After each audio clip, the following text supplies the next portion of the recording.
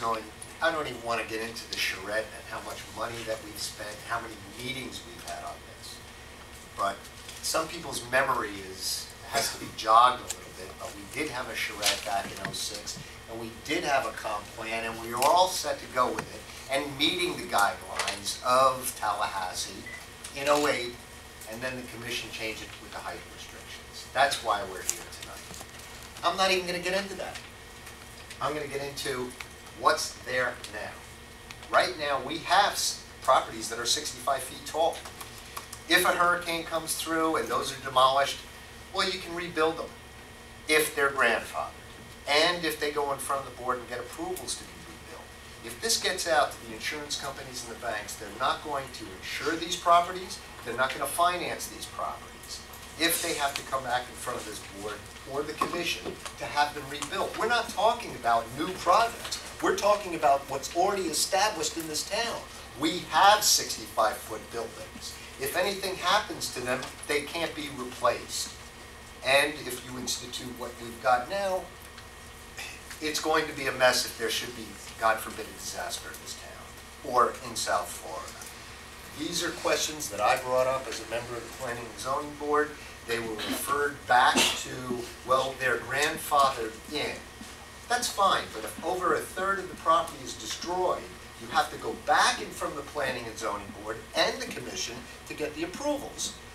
You go to a bank and say, you know, I want to borrow money on a property that is non-conforming to the current code of the City of Lake Worth. It used to be conforming, now it's not because of the height restrictions. The bank is going to look at you funny and say, why should I lend you the money for this property if you can't rebuild it?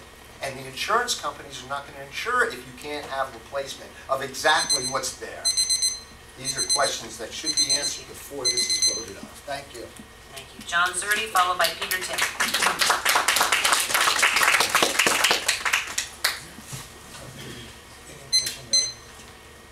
I've been up here before about this whole issue, and I'm really glad that we're going down the right process of comp plan first and LDRs. That's what we're supposed to be doing.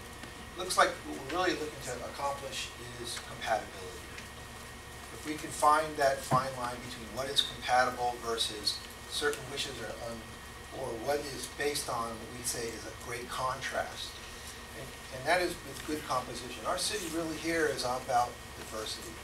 I don't think it's bad for some of these things to be taller or less. We are a diverse community. Sustainability shouldn't be thrown around as a word either.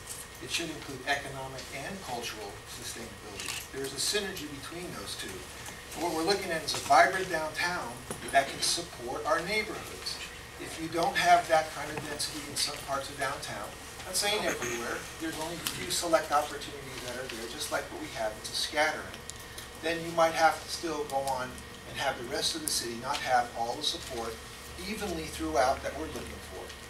Public benefit is also part of this in the discussion. It's not very well defined, although I support staff because they really have some good recommendations how to make it very concise, very determinable.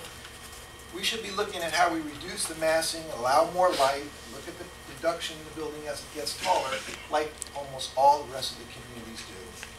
Very clear that something that investors can determine how much money it's going to cost for them to minimize their risk of denial.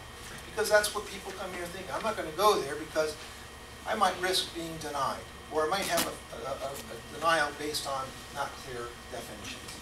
And that's why people don't come here. We're looking for this to be clear, and so I think that it's really important that that part of our comp plan on public benefit be extremely clear, but be very careful of what message it sends.